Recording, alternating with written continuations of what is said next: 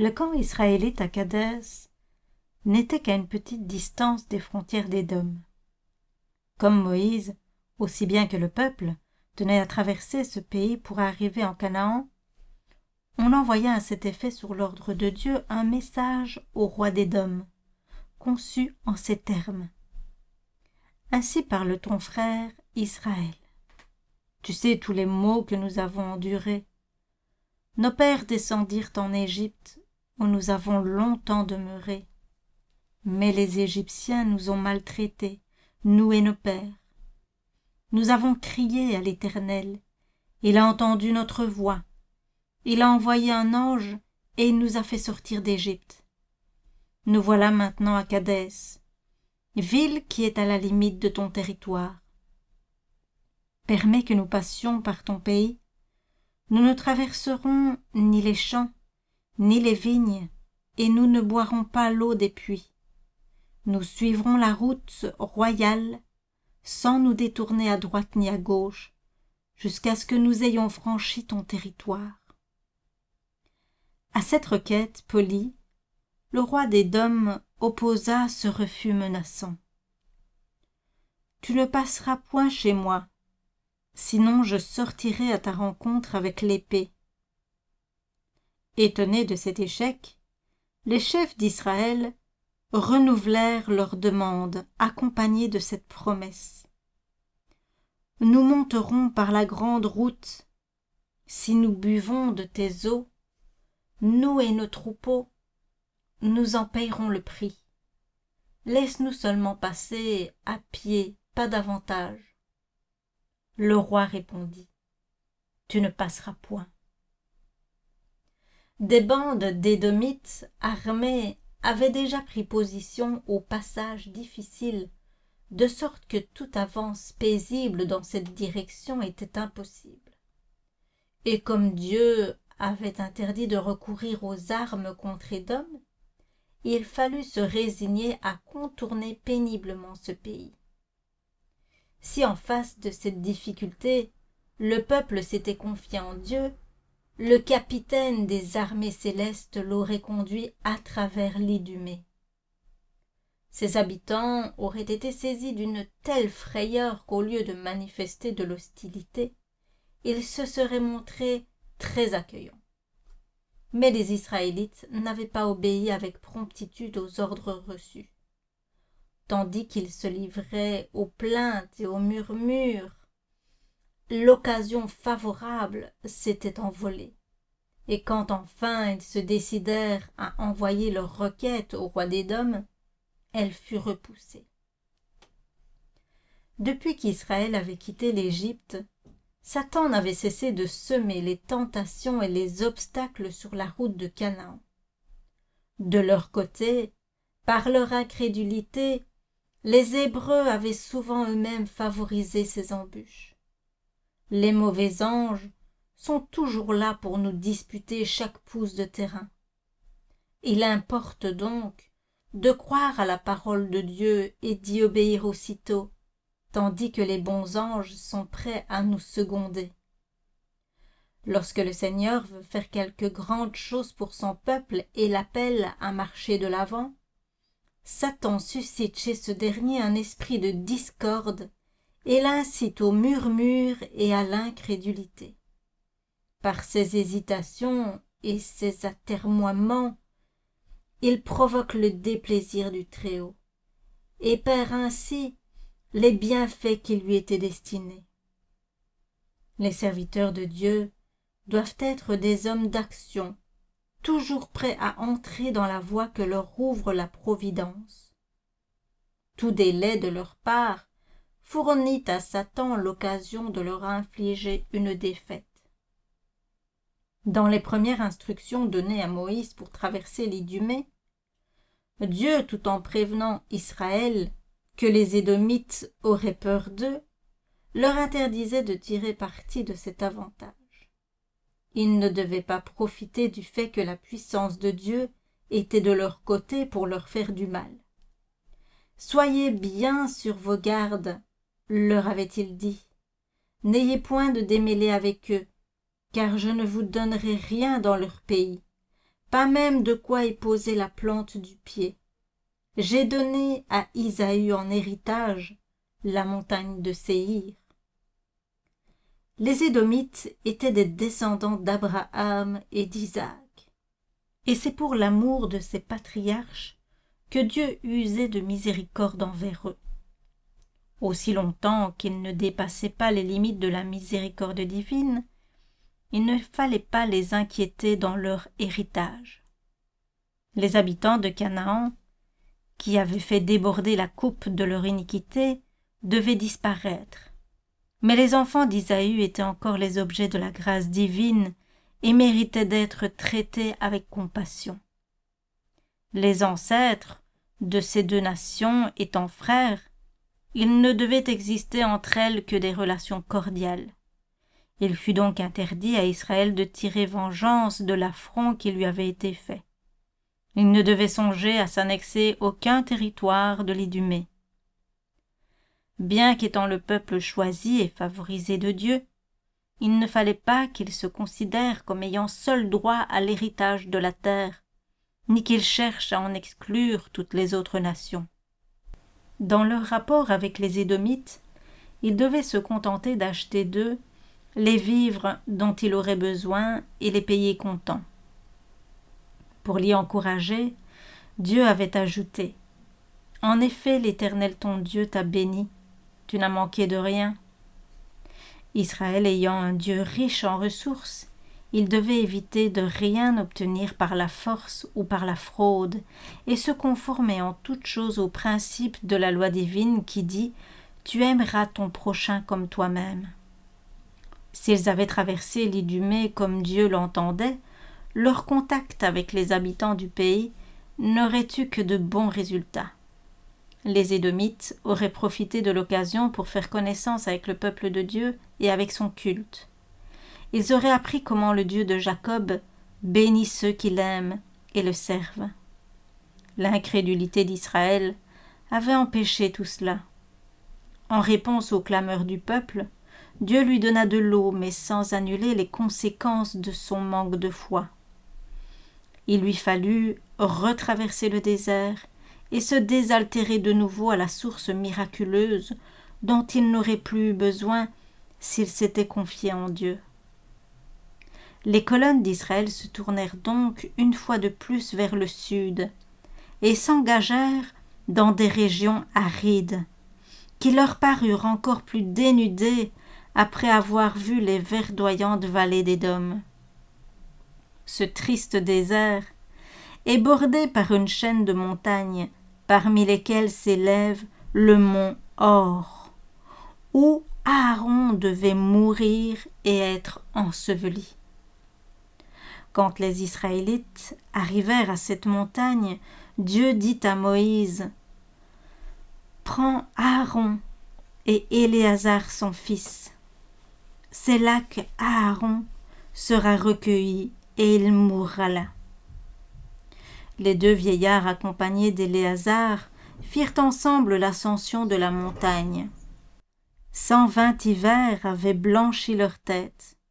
Au cours de leur longue et mémorable existence, ils avaient connu à la fois les plus cuisantes épreuves et les plus grands honneurs qui aient jamais été le partage de l'homme.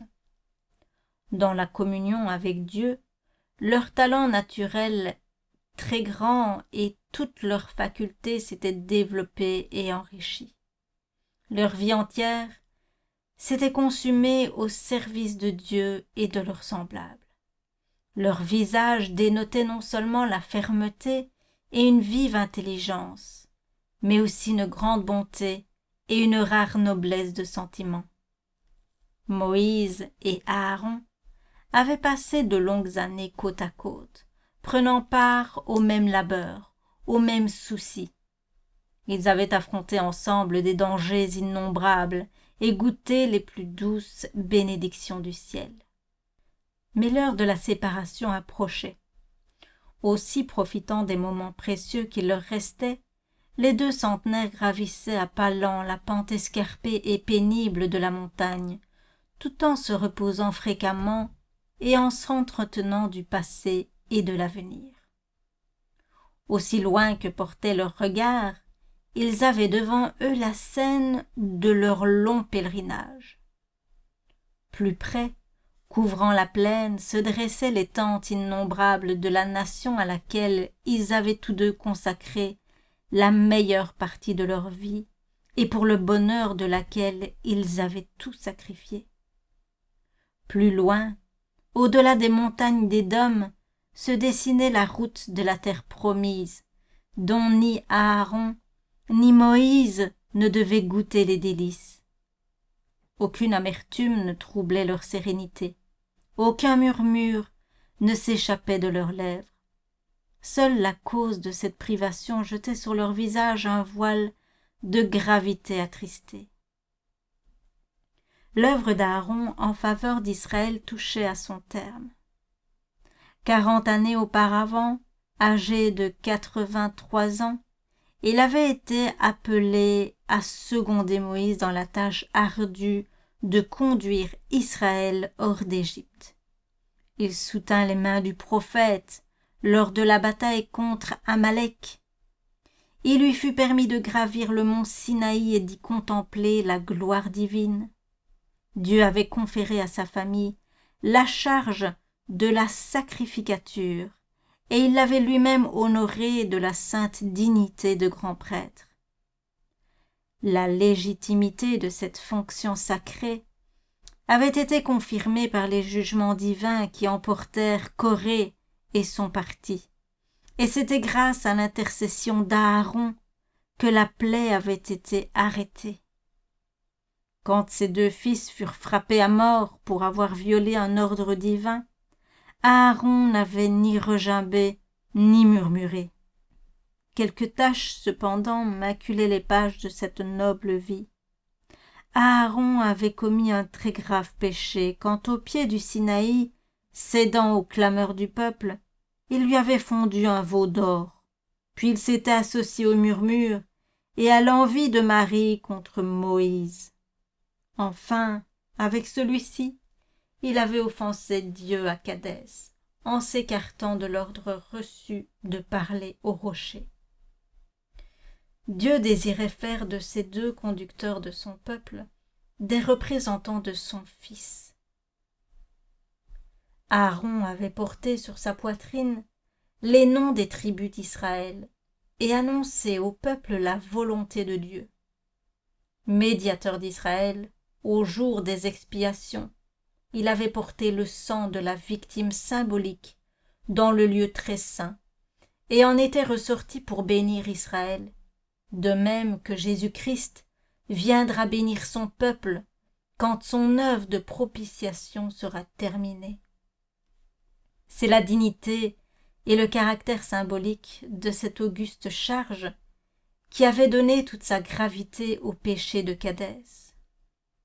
À cause de ce péché, il devait renoncer au privilège d'exercer la souveraine prêtrise dans la terre de Canaan, d'offrir le premier sacrifice consacrant la prise de possession du pays. Quant à Moïse, il continuera de conduire Israël jusqu'à la frontière. Combien l'avenir de ces deux hommes eût été différent s'ils avaient supporté sans murmure l'épreuve qui les attendait au rocher de Kadès. Que de conséquences une seule faute peut engendrer. L'œuvre d'une vie entière peut ne pas se relever d'un écart commis en un seul moment de tentation ou d'inadvertance. Douloureusement affecté, Moïse dépouilla Aaron de ses vêtements sacrés et en revêtit Éléazar, qui devenait ainsi, de par autorité divine, le successeur de son père.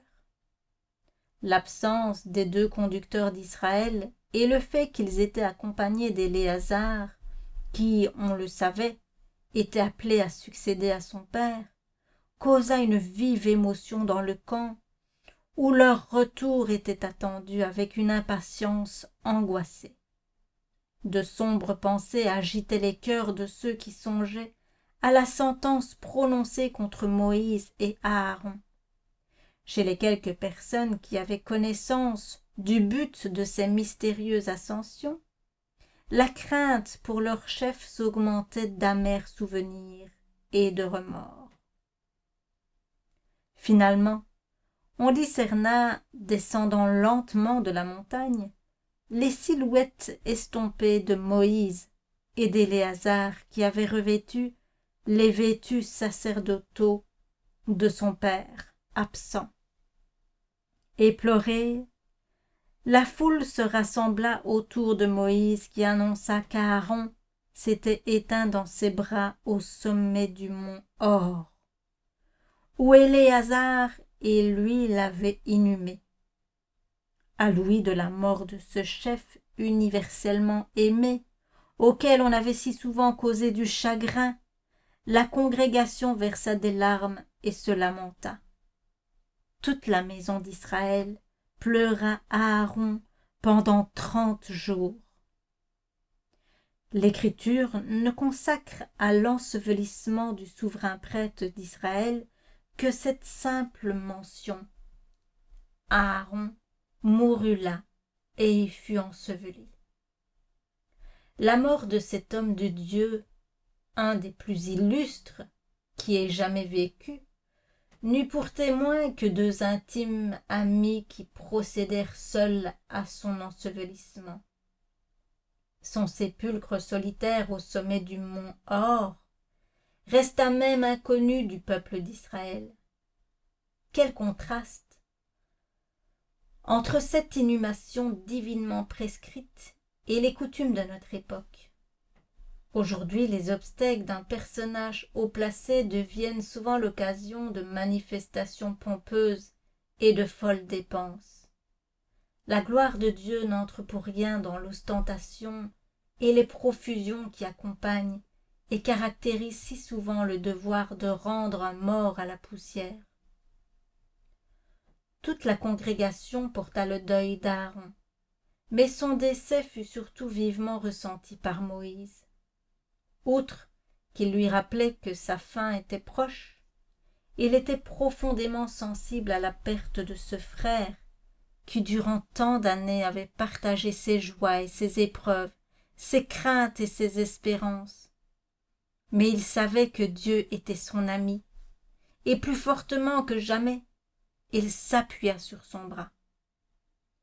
Peu après le départ de Hor, les Israélites furent battus dans un engagement avec Arad, l'un des rois cananéens. Ayant alors imploré le secours d'en haut, ils mirent cet ennemi en déroute. Cette victoire aurait dû leur inspirer de la gratitude envers l'auteur de tout bien, mais ils en conçurent de la vanité et retombèrent dans leur vieille habitude de murmurer. Persuadés qu'ils seraient venus à bout de leur ennemi tout aussi facilement 40 ans plus tôt, après le retour des espions, ils se plaignirent de ce long et inutile séjour dans le désert, alors qu'ils auraient pu marcher immédiatement vers Canaan. En s'avançant vers le sud, ils arrivèrent dans une vallée sablonneuse et brûlée, sans ombre ni végétation. La route paraissait longue et pénible. Les voyageurs étaient à la fois altérés et fatigués. Cette nouvelle épreuve de leur foi et de leur patience les prit au dépourvu. À force de ne voir que les désagréments de leur situation, ils s'éloignaient toujours plus de Dieu, oubliant que sans leur murmure à Kadès, le contour du pays d'Édom leur eût été épargné, et au lieu d'être reconnaissants de n'avoir pas été punis plus sévèrement, ils se flattaient à la pensée que si Dieu et Moïse n'étaient pas intervenus, ils auraient déjà pris possession de la terre promise. Ne nourrissant plus guère envers Dieu quoi qu'il fît que de l'amertume et du mécontentement, ils en vinrent finalement à envisager l'Égypte comme plus désirable que la liberté et le pays de Canaan. Le peuple murmura donc contre Dieu et contre Moïse en disant « Pourquoi nous avez-vous fait monter hors d'Égypte pour nous laisser mourir dans le désert? car on n'y trouve ni pain ni eau et notre âme est dégoûtée de cette misérable nourriture. » Courageusement, Moïse leur reprocha leur ingratitude. « Seule la puissance de Dieu, leur dit-il, a pu vous protéger à travers cet immense et redoutable désert, plein de serpents brûlants et de scorpions, désert aride et sans eau. Chaque jour de votre long pèlerinage, un miracle de la miséricorde divine vous a gardé. Sur tout le parcours de la route tracée par Dieu, il y a eu de l'eau pour vous désaltérer et du pain pour apaiser votre faim. Vous avez voyagé sains et saufs, de jour sous la colonne de nuée, de nuit sous la colonne de feu. Soutenus par des anges, vous avez gravi des cols difficiles au sommet des rochers et suivi les sentiers raboteux du désert. Malgré les privations de votre vie nomade, il n'y a pas dans tous vos rangs une seule personne souffrante. Au cours de vos longues traites, vos pieds ne se sont pas enflés et vos vêtements ne se sont pas usés. Dieu vous a protégé des bêtes féroces et des reptiles venimeux des forêts et du désert. Si en présence de tous ces gages de son amour vous continuez de vous plaindre, prenez garde qu'il ne vous retire sa protection et que de nouvelles tribulations ne vous amènent à apprécier ses soins et sa miséricorde. Protégés par la puissance divine, les Hébreux n'ont pas vu les dangers innombrables qui les entouraient sans cesse. Aussi, dans leur ingratitude et leur incrédulité, ils croient une fois de plus aller au-devant de la mort. En conséquence, Dieu va précisément permettre à celle-ci de les atteindre. Les serpents venimeux qui infestaient le désert étaient appelés serpents brûlants, en raison des effets meurtriers produits par leurs morsures que suivait une violente inflammation et une mort soudaine. Tout à coup, un grand nombre d'Israélites se virent poursuivis par ces dangereux reptiles.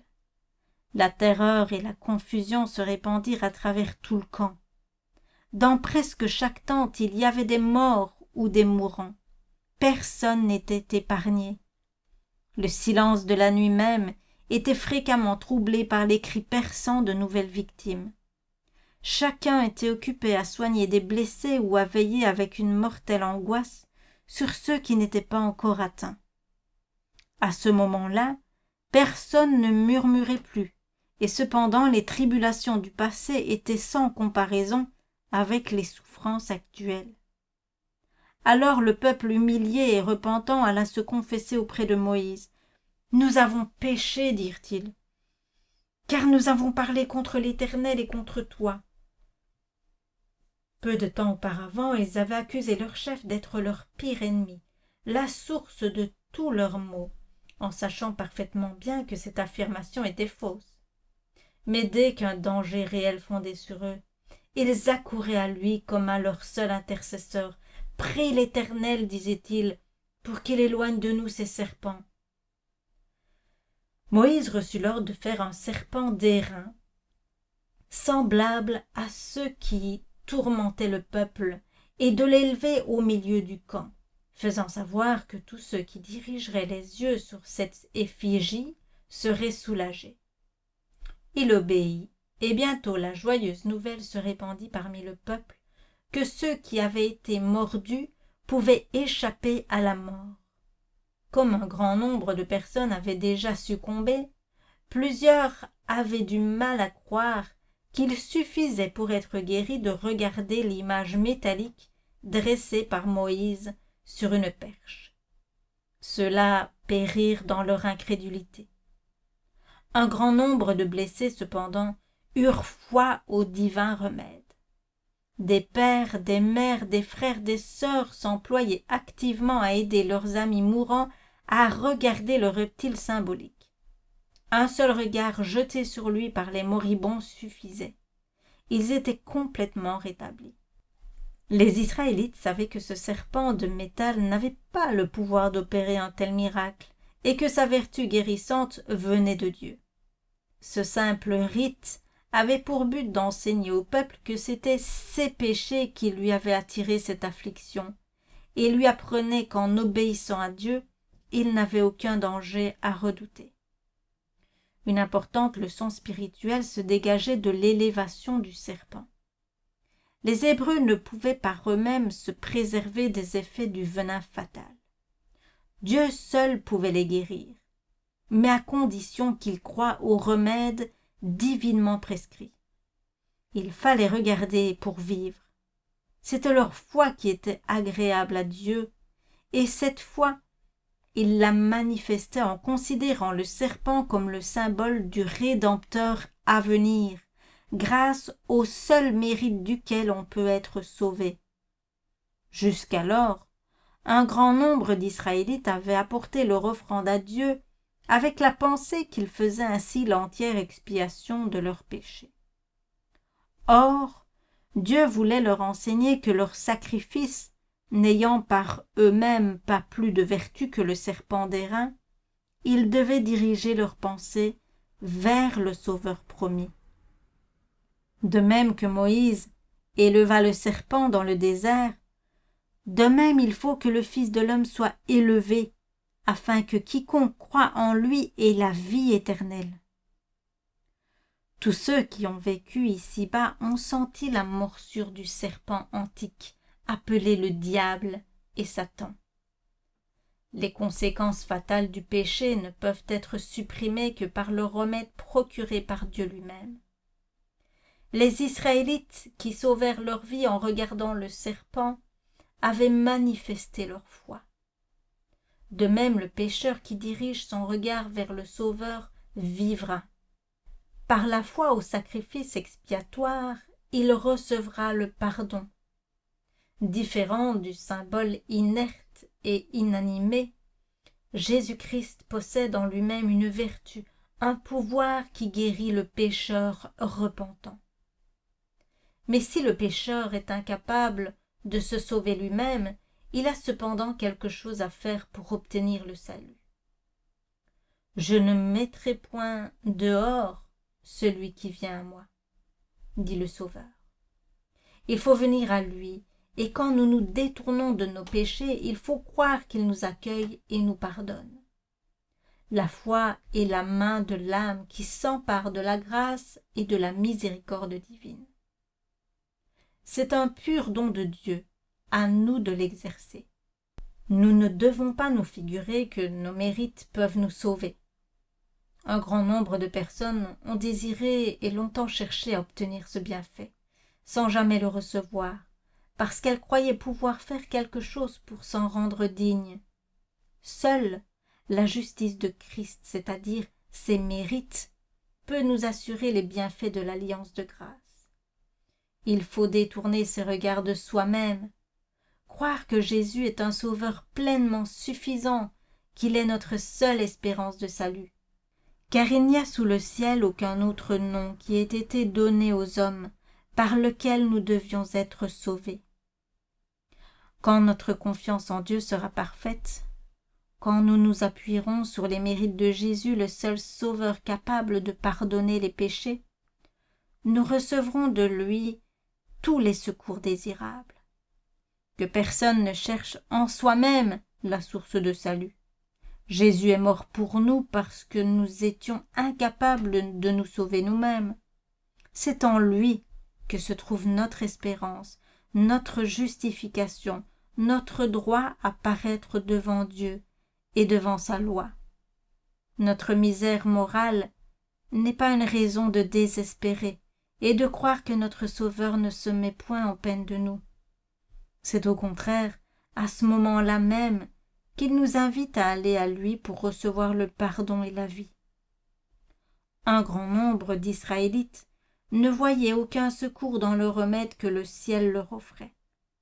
Entourés de toutes parts de morts et de mourants, convaincus que sans le secours de Dieu ils étaient perdus, ils continuaient néanmoins à se lamenter de leurs blessures et de leurs douleurs, alors qu'ils auraient pu être instantanément guéris. La mort se dressait devant eux, leurs forces les abandonnaient, leurs yeux devenaient vitreux, et cependant ils continuaient à repousser un remède qui était tout près d'eux. Êtes-vous conscient de votre danger et de votre impuissance loin de Jésus? Ne vous épuisez pas en vaines lamentations, ne vous plongez pas dans le découragement. Reposez-vous sur les mérites d'un Sauveur crucifié et ressuscité. Regardez et vivez. Jésus vous a donné sa parole. Il sauve tous ceux qui viennent à lui. Des millions de personnes en quête de guérison rejettent sa miséricorde, mais il n'en laissera pas périr une seule qui se confie en ses mérites. Ils sont nombreux ceux qui ne veulent pas accepter le Sauveur avant d'avoir compris tous les mystères de la rédemption. Ils ont beau voir autour d'eux des milliers d'âmes qui ont porté leurs yeux sur la croix du calvaire et en ont reçu l'efficace, ils se refusent à diriger sur elles le regard de la foi. D'autres s'égarent dans les dédales de la philosophie, à la recherche de raisons et de preuves qu'ils ne trouveront jamais. Ils rejettent les lumières et les preuves que Dieu a bien voulu nous donner. Ils refusent de marcher à la lumière du soleil de justice avant qu'on leur ait expliqué pourquoi il brille. Ceux qui persistent dans cette voie ne parviendront jamais à la connaissance de la vérité. Dieu ne nous enlèvera pas tout motif de douter.